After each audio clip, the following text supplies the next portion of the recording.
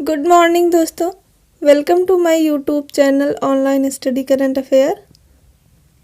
दोस्तों, अगर आपको यह वीडियो पसंद आएगी और डेली इसी तरह की वीडियो आपको चाहिए तो वीडियो को लाइक, शेयर और चैनल को सब्सक्राइब करना ना भूलें। आज का हमारा पहला प्रश्न है, हाल ही में किस राज्य के सरकारी व निजी स्कूलों के 1 करोड़ बच्चों ने देशभक्ति गीतों का सामूहिक गान कर विश्व रिकॉर्ड स्थापित किया? ऑप्शन ए है उत्तर प्रदेश, ऑप्शन बी है राजस्थान, ऑप्शन सी है मध्य प्रदेश, ऑप्शन डी है गुजरात। दोस्तों, इसका सही आंसर है ऑप्शन बी, राजस्थान। आइए हम इसके बारे में जानते हैं। 15 अगस्त 2022 को राजस्थान में सरकारी व निजी स्कूलों के 1 करोड़ बच्चों ने देशभक्ति गीत एक साथ गाकर वर्ल्ड रिकॉर्ड स्थापित किया है। राजस्थान के सीएम हैं दोस्तों 15 अगस्त 2022 को, यानी कि 2 दिन पहले, राजस्थान में सरकारी व निजी स्कूलों के 1 करोड़ बच्चों ने देशभक्ति गीत एक साथ गाकर वर्ल्ड रिकॉर्ड स्थापित किया है। और राजस्थान के जो सीएम हैं वो हैं अशोक गहलोत। और आप लोग चिरंजीवी योजना के बारे में जानते ही होंगे। यह योजना शुरू की गई 1 मई को राजस्थान में।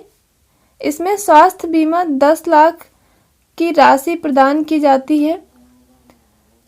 ओमा तकनीक का प्रयोग, यह भी केवलादेव नेशनल पार्क भरतपुर राजस्थान में होता है।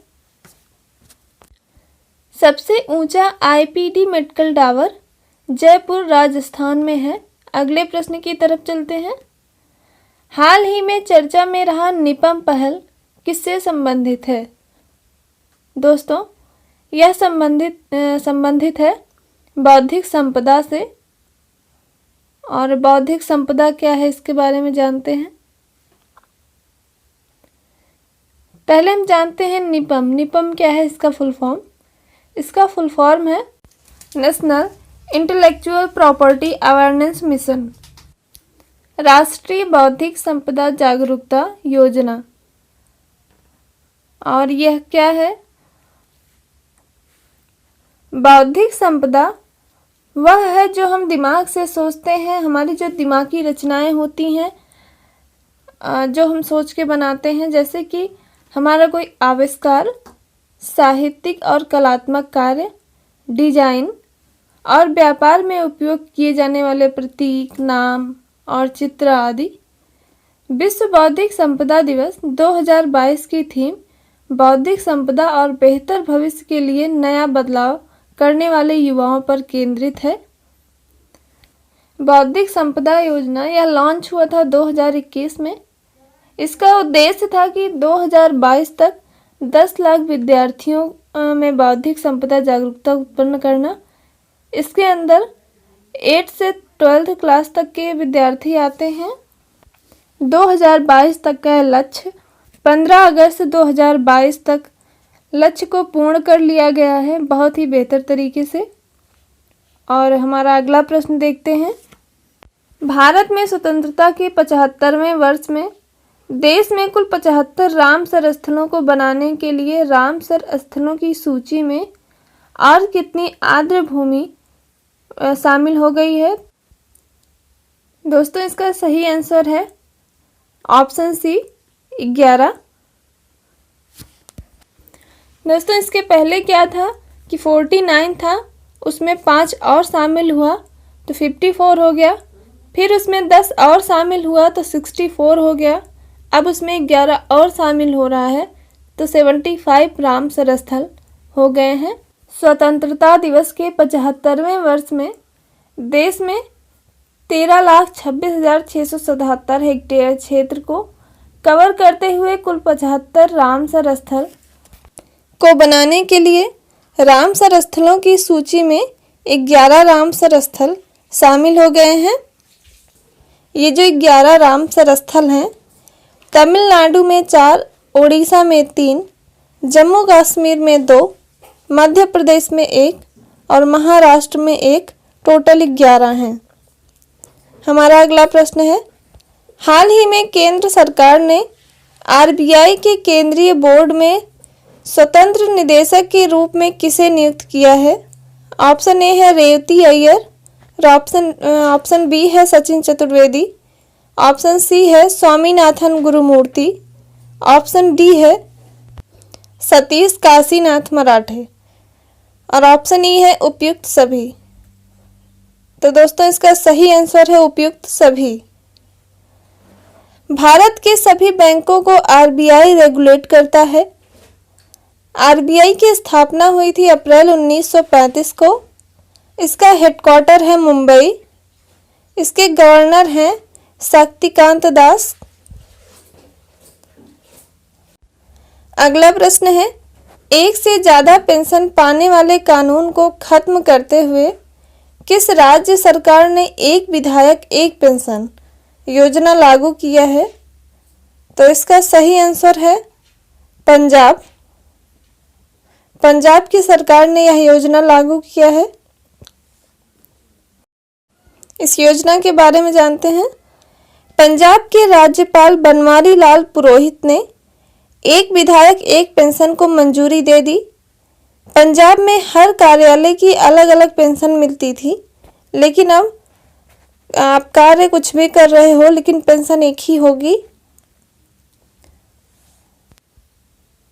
पंजाब की स्थापना हुई थी 1 नवंबर 1966 को। यहाँ की राजधानी है चंडीगढ़ और गवर्नर है बनवारी लाल पुरोहित। सीएम है भगवंत मान। मुख्य न्यायाधीश है रविशंकर झा। लोकसभा सीट यहाँ की 13 है और राज्यसभा सीट है 7। विधानसभा सीट 117 है।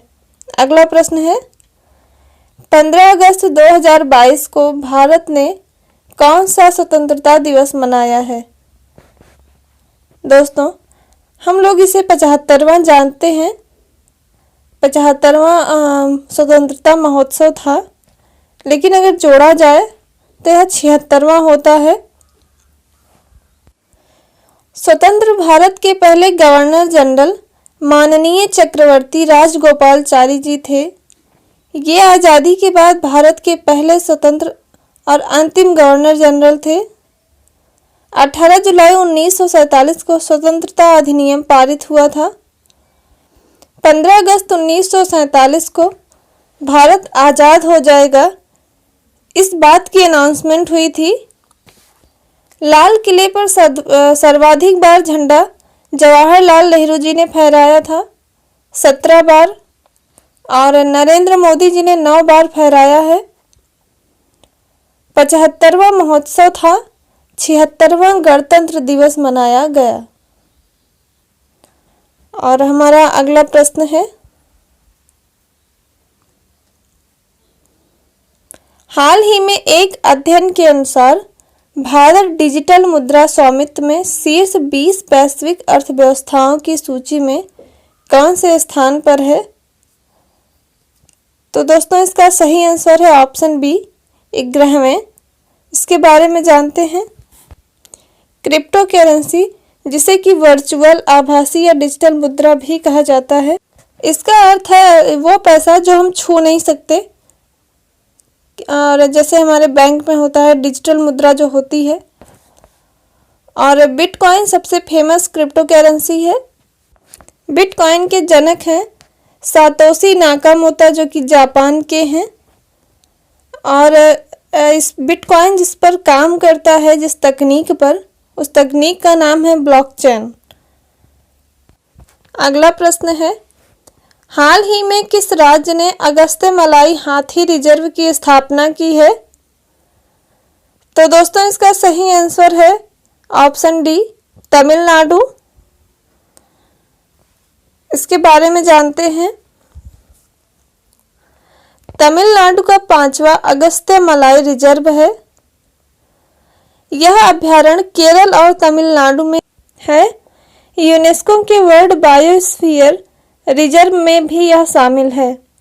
अगला प्रश्न है, हाल ही में किस राज्य की खगोलीय वेधशाला को यूनेस्को की महत्वपूर्ण संकटग्रस्त विरासत वेधशाला की सूची में शामिल किया गया है?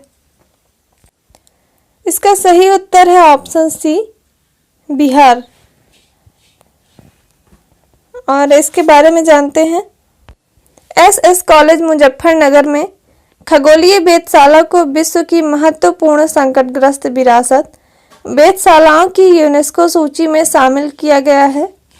इसे 1961 में एक कॉलेज के प्रोफेसर द्वारा खगोलीय वेधशालाओं की यूनेस्को सूची में शामिल किया गया था। कई दशकों तक काम ना करने के बाद 1995 में इसे सील कर दिया गया, जब कुछ खगोलीय उपकरण गायब पाए गए थे तो। और अगला प्रश्न है, हाल ही में उत्तरी अरब के ऊपर निगरानी मिशन को पूरा कर किस देश की नौसेना की ऑल वीमेन एयर क्रू ने इतिहास रच दिया? तो दोस्तों इसका सही आंसर है ऑप्शन बी, भारत। इसके बारे में जानते हैं। भारतीय नौसेना की 5 महिला अधिकारियों ने अगस्त 2022 में डोर्नियर विमान में उत्तरीय ध्रुव सागर में पहल स्वतंत्र समुद्री टोही और निगरानी मिशन को पूरा कर एक दुर्लभ उपलब्धि हासिल की। विमान की कप्तानी मिशन कमांडर लेफ्टिनेंट कमांडर आंचल शर्मा ने की है। INAS 314 पोरबंदर गुजरात में स्थित एक फ्रंटलाइन नेवल एयर स्क्वाड्रन है। दोस्तों अगर आप चाहें तो इसका कंप्लीट नोट्स भी बना सकते हैं। और आज का हमारा प्रश्नों का सिलसिला यहीं समाप्त होता है। जय हिंद। फिर मिलेंगे कल सुबह 8 बजे नए प्रश्नों के साथ।